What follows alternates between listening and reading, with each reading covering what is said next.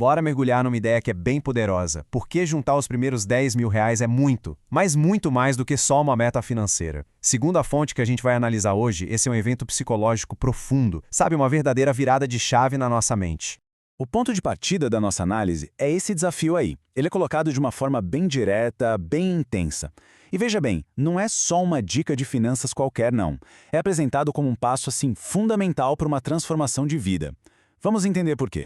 E tá aí o número mágico, o marco. Toda a discussão vai girar em torno do que esse valor específico representa. Não só na conta do banco, mas o mais importante, dentro da cabeça de uma pessoa. E aqui está a grande pergunta que essa análise tenta responder. Por que essa quantia, especificamente 10 mil, funcionaria como um tipo de gatilho psicológico? Um gatilho capaz de mudar completamente o jeito de alguém agir e de ver o mundo. Ok, para a gente entender a transformação, primeiro a gente tem que olhar o ponto de partida, né? A fonte descreve um estado mental bem específico de quem ainda não tem nenhum patrimônio. O interessante aqui é como essa mentalidade é detalhada. É como se a mente operasse em modo de sobrevivência total, sabe? Sempre pensando no agora, buscando aquela gratificação imediata. Qualquer frustraçãozinha, a pessoa já compensa comprando alguma coisa. E enquanto tudo que se tem é o salário entrando e saindo, não existe um senso de posse de verdade. E aí, segundo a fonte, isso leva a um sentimento de não ter importância, porque a tese é que o cérebro masculino valoriza a conquista que ele pode ver, que é concreta. Olha, essa citação da fonte é bem forte, né? Ela ilustra perfeitamente a ideia da falta de poder de escolha. A tese é que sem uma base financeira, a pessoa não está no controle. Ela está só reagindo, aceitando o que vem, sem ter a agência para tomar as próprias decisões. E essa comparação aqui resume tudo, preto no branco. De um lado, o modo de sobrevivência, focado no agora, no consumo para aliviar o estresse. Do outro, um pensamento de longo prazo que, segundo a tese, nasce junto com o patrimônio. E com ele vem a disciplina e o foco em crescer. É a jornada de um estado mental para o outro. Beleza, agora a gente chega no coração da análise, o que a fonte chama de start neurológico. Esse seria o momento exato em que a mágica acontece, a verdadeira virada de chave. Então, o ponto crucial é esse. O tal start neurológico é definido como aquele instante em que o cérebro reconhece uma posse concreta. Não é mais uma ideia, um plano, é algo real, palpável. E a reação instintiva, segundo a fonte, é: ok, preciso proteger isso aqui e fazer multiplicar. Isso aqui reforça totalmente a ideia anterior. Pela lógica da fonte, não adiantaria nada ler um monte de livro ou ver palestras sobre mentalidade de riqueza se a pessoa não tem um patrimônio inicial. A mudança de verdade só viria da experiência de ter conquistado algo que se pode tocar. É a posse que ativa o novo software mental. A partir do momento que esse start neurológico acontece, a percepção sobre o dinheiro muda da água para o vinho. Vamos ver como essa nova perspectiva se desenrola. Esse slide deixa o conceito bem prático.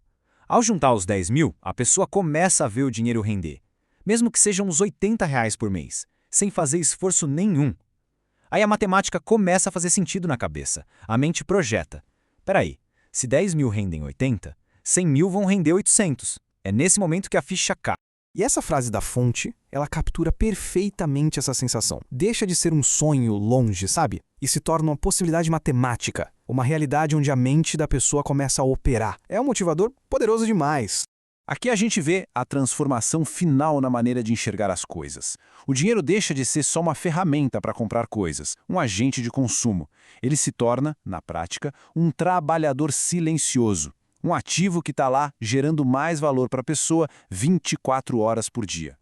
E todo esse processo acaba culminando no que a fonte chama de blindagem psicológica. É o resultado final no comportamento e na personalidade de quem atinge e, mais importante, protege esse primeiro marco.